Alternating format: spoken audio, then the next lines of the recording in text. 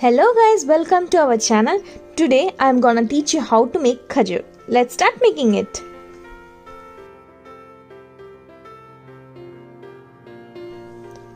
So I'm gonna take 3 cup of all-purpose flour, 1 cup of suji, 2 cup of sugar, 2 eggs, a pinch of baking soda and 1 ripened banana.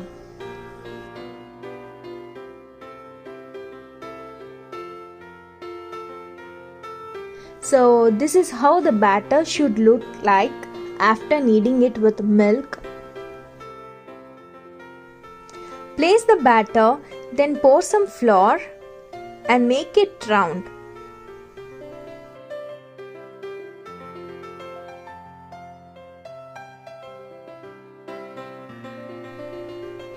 Now cut them using a knife in vertical order.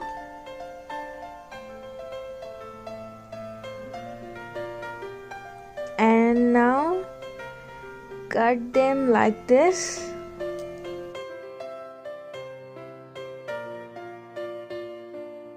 So fry them in oil on medium heat. When you get a nice brown color, place it on a plate. Leave it for an hour and you can even store them for a month and enjoy eating it.